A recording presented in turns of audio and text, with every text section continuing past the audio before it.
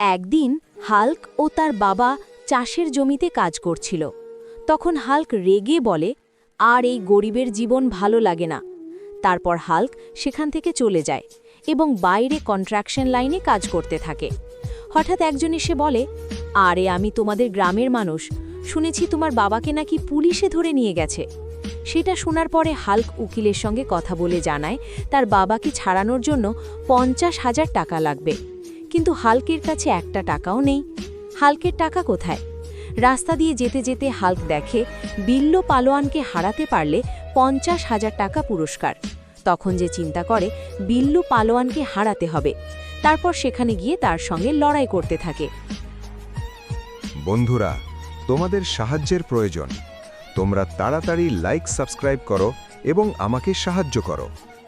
তারপর হালকা বিল্লু পালোয়ানকে হারিয়ে 50,000 টাকা জিতে নেয় এবং তার বাবাকে ছাড়িয়ে নিয়ে আসে।